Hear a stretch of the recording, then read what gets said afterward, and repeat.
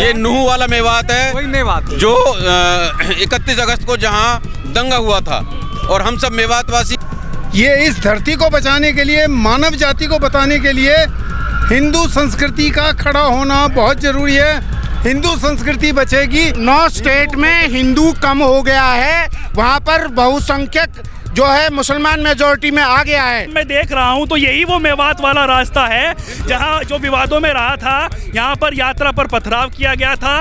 वो पूरा सच क्या था, कैसे था, आप तो यहाँ पर मौजूद रहे होंगे। तो अभी तो सनातनी है ना, इस देश में रहने वाला हर कोई सनातनी है, हिंदू मुस्लिम। कहाँ अपने आप को सनातनी मानते हैं? उन्हें तो शरिया चाहिए, उन्हें तो। ये तो आप देख सकते हैं, ये जनसमूह हिंदुओं की एकता के लिए नहीं, ये देश की और भारत की अखंडता के लिए तैयार हुए हैं लोग बाग। आप देख रहे हैं जिस हिसाब से लोगों का आह्वान चल रहा है, बाबा राम बागेश्वर धाम के उसमें जो जय श्री राम के नारे लगाते हुए पब्लिक लाखों की तादाद में आई हुई है। ये सब ये बाबा का पुण्य है, और ये एक हिंदू राष्ट्र, हिंदू जाग रहा है, हिंदू को हिंदू राष्ट्र डिक्लेयर कराने के लिए ही हम सबका सख्त प्रयास है। अच्छा, जिस तरह से धीरेन्द्र शास्त्री जी जो हैं वो पहले भी उन्होंने यात्रा की थी, अब आपकी इधर की तरफ यात्रा कर रहे हैं, 2.0 यात्रा का नाम दिया गया है। ये जो यात्रा निकल रही है, जैसे आप लोग यहाँ पर एकत्रित हो रहे हैं, और ये मेवात की ये क्या है, मेवात मित्र मंडल वेलफेयर सोसाइटी है। ये वही मेवात है जो कुछ दिन पहले विवादों में रहा था। ये नूह वाला मेवात है, वही मेवात जो 31 अगस्त को जहाँ दंगा हुआ था, और हम सब मेवातवासी बिल्कुल हिंदू राष्ट्र चाहते हैं कि ये हिंदू राष्ट्र भारत बने। तो जिस तरह से कहा जा रहा है कि हिंदू राष्ट्र ऐसे नहीं बन जाएगा, उसके लिए बहुत संघर्ष करना होगा। संत महात्मा, बड़े जो लोग हैं, बड़े महात्मा, ये भी कहते हैं कि इसके लिए शहादत भी देनी पड़ेगी। तो जिस तरह से बातचीत अब हो रही है, आपको कितना नज़र आ रहा है कि हिंदू एक होता हुआ नज़र आ रहा है? क्योंकि हिंदू तो जातों में बटा हुआ है। हिंदू एक होगा मानवता के लिए, इस प्रकृति के लिए। सत्य सनातन संस्कृति ही संस्कृति है जो सभी मानवों की, सभी जीवों की कल्याण की बात करती है, वातावरण की बात करती है, किसी से द्वेष नहीं रखती, किसी से वैर नहीं रखती, सबके साथ संभाव की बात करती है। ये सत्य सनातन संस्कृति अकेली संस्कृति है, और इस धरती को बचाए रखने के लिए सभी को सत्य सनातन संस्कृति के मानकों के ऊपर खड़ा उतरना पड़ेगा, वरना सब बर्बाद हो जाएंगे। इसीलिए ये इस धरती को बचाने के लिए, मानव जाति को बताने के लिए हिंदू संस्कृति का खड़ा होना बहुत ज़रूरी है। हिंदू संस्कृति बचेगी तो सभी का कल्याण होगा। हिंदू अपने बारे में नहीं सोचता, हिंदू सबके बारे में। कहा जाता है हिंदू बाहुल्य देश है, फिर कहाँ हिंदू खतरे में है? विशेष समुदाय के लोग ये कहते हैं कि कहाँ हिंदू खतरे। सवाल इस बात का है, हिंदू 9 स्टेट में हिंदू कम हो गया है, वहाँ पर बहुसंख्यक जो है मुसलमान मेजोरिटी में आ गया है। मुसलमानों ने वहाँ पर अपना वो करना शुरू कर दिया है, राजतंत्र अपने जो शरिया का कानून ले आए हैं। आप कहते हो कहाँ है? आज 9 स्टेट में है, कल ये सब 15 में होगा, फिर पूरे भारत में होगा। आप देखते हो आज न्यूयॉर्क में जो एक मेयर बना है, उससे अगले दिन ही उसने धर्मांतरण का कार्य शुरू कर दिया।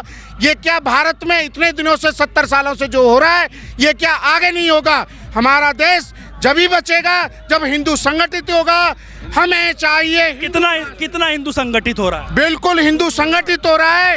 ये जो सब इतना अपार भीड़ देख रहे हो, 5 लाख की आबादी आज 5 लाख के यात्री फरीदाबाद में आज आए हुए हैं, ये संगठित होने का ही प्रमाण है।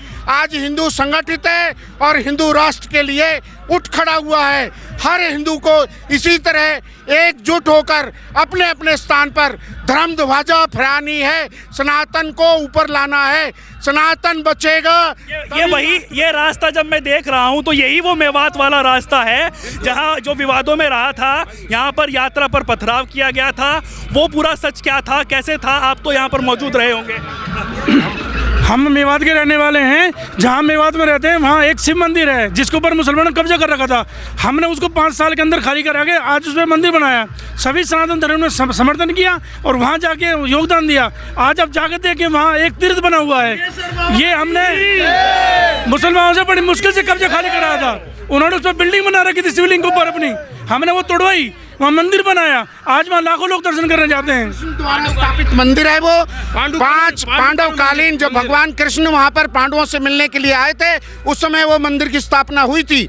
उस मंदिर को इन्होंने इतने साल तक छुपा कर रखा, आज वो भव्य मंदिर बनने जा रहा है। और हम बागेश्वर बाबा से ऐसा क्यों हो रहा है, क्यों हो रहा था, क्या कुछ वजह है? ऐसा ये जो तुष्टीकरण चल रहा है उसके कारण से हो रहा है। हमें तुष्टीकरण नहीं चाहिए, हमें सबको समानता चाहिए, एक कानून चाहिए, एक राष्ट्र चाहिए, एक संविधान चाहिए, और हमें हिंदू राष्ट्र चाहिए।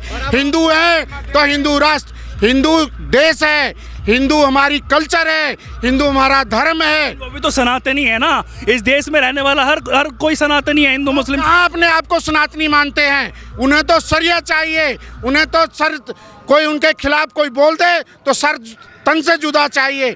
हमें चाहिए सर्वे भवन्तु का संदेश हमारा सनातन देता है, उनका नहीं देता। उनका तो जो भी कहते हैं ये है। जिस तरह से आपने बताया कि वहाँ पर 9 स्टेटों की बात करी, तमाम ऐसी बात करी, 15% की बात करी, फिर आगे की बात आप कर रहे हैं, तो ऐसे तो फिर अगर संगठित नहीं हो पाया हिंदू समाज तो विलुप्त हो जाएगा। बिल्कुल संगठित हो रहा है, और ये संगठित होने के कारण सनातन की कमजोरी है या फिर नहीं, कोई कमजोरी नहीं है, केवल हमें पढ़ाया नहीं गया, राष्ट्र हमारे स्कूलों में पढ़ाया नहीं जाता, धर्म हमारी शिक्षा में है नहीं, तो हम कहाँ से हमारे बच्चे सीखेंगे? हमें ये सब चीज़ सिखाना है, धर्म भी सिखाना है, राष्ट्र भी सिखाना है, तभी ये बचेगा। क्या तैयारियां आपने की है इसके लिए? शास्त्र पढ़ाना जानते हैं तो शस्त्र उठाना भी जानते हैं। अपने धर्म को बचाने के लिए शस्त्र उठाना पड़े तो शस्त्र भी उठाएंगे। यहाँ तो यंग जनरेशन को शस्त्र और शास्त्र दोनों का ही नहीं पता है। बिल्कुल नहीं पता, लेकिन अब एजुकेशन हमारी शास्त्र भी रहेगी और शस्त्र भी रहेगी। तो एजुकेशन में चेंजेस आने चाहिए। बिल्कुल आएंगे और बिल्कुल आएंगे। हमारे एजुकेशन में 100% चेंजेस आ रहे हैं। हम लोग भी अपने छोटे बच्चों को गुरुकुलों में पढ़ा रहे हैं, उनको धर्म की शिक्षा भी दे रहे हैं, उनको अपने सनातन धर्म के बारे में बना भी रहे हैं।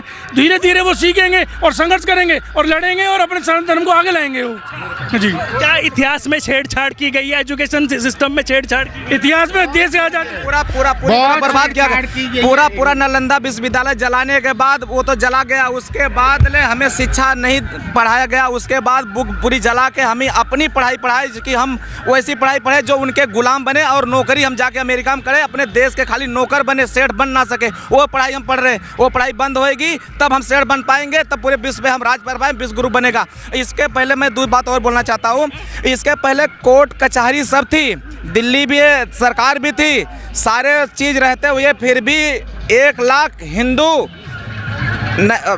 कश्मीर से खाली हुए, वो सारी चीज़ रहते हुए खाली हुए। इसलिए मैं मोदी जी से दरख्वास्त कर रहा हूँ और मांग कर रहा हूँ इस यात्रा की तरफ से कि आज भी दिल्ली में सरकार है, कोर्ट कचहरी सब है, इनके रहते हुए यहाँ से जितने भी आतंकी हैं खाली हुए। वो जिस तरह उस समय सरकार उनकी सपोर्ट की थी, हमारी यात्रा का यही उद्देश्य है। जी जी नहीं, यात्रा का उद्देश्य तो हिंदुओं को संगठित करना है। जागो हिंदू जागो, हमें चाहिए हिंदू राष्ट्र। इसी उसको बढ़ाने के लिए एक मिनट, इसी उसको बढ़ाने के लिए हमारे मेवात मित्र वेलफेयर सोसाइटी ने पूरे मेवात में स्वयं संस्कार केंद्र खोले हैं।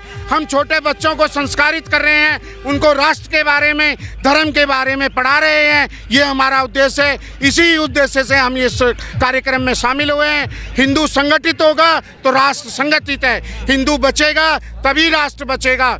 राष्ट्र का मतलब हिंदू है और हिंदू ही राष्ट्र है, इतना समझ था। हिंदुओं का रहना चाहिए, इससे दरखास्त है सरकार, ये सरकार हमारी मांग पूरी करे, क्योंकि ये 600 साल 500 साल अरे 6,000 साल 7,000 साल पहले से हम थे, आज हम मिट रहे हैं। इसलिए पूरी दुनिया के सरकारों से भी दरखास्त है, इसके ऊपर हमारे साथ हमारे देश। शास्त्री जी की जो यात्रा है, इससे आपको क्या संदेश मिलता है, क्या कुछ सोच रहे हैं? हम चाहते हैं कि जिस तरह से महाराज जी ने हिंदुओं को जगाने के लिए बहुत अथक प्रयास किया है, इससे हमारा सारा समाज जगेगा और सिस्टम से जगेगा।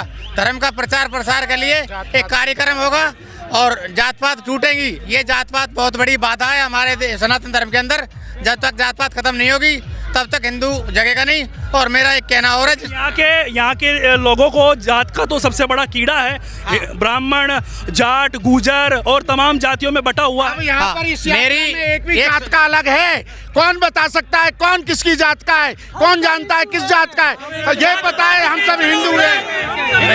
मैं कहता हूँ हमारे राष्ट्र में यहाँ पर सारे हिंदू 7 हैं। नवंबर 1966 का दिन भारत के इतिहास का आज़ादी के बाद सबसे बड़ा काला दिन है, जहां दिल्ली के अंदर करपात्री जी महाराज साधुओं के ऊपर, गौ माताओं के ऊपर गोलियां चलाई गई।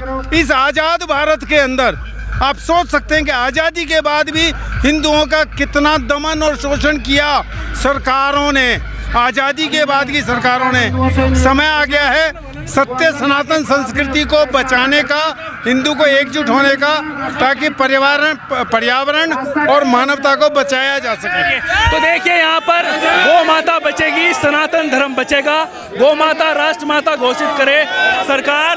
और देख सकते हैं कि किस तरह से यहाँ पर जो है, अगर बात करें सनातन धर्म के लोगों की, कि सनातन का प्रचार करने के लिए, सनातन को आगे बढ़ाने के लिए ये यात्रा जो आप देख रहे हैं, ये जिस तरह से आप देख रहे हैं कि किस तरह से यहाँ पर सामने जो मंच की जगह है इसको खाली, तो आप देख सकते हैं कि किस तरह से यहाँ पर झंडे लेकर तमाम तरीके के हिंदू समाज के, सनातन समाज के लोग, तमाम आदमी आ रहे हैं। जो प्रसाद बांटने में लिया हुआ है वो धीरे धीरे बांटना शुरू हुआ है। केवल हमारे कार्यकर्ता बांटेंगे, केवल हमारे दोबारा से काट कर चलाओ, लंबी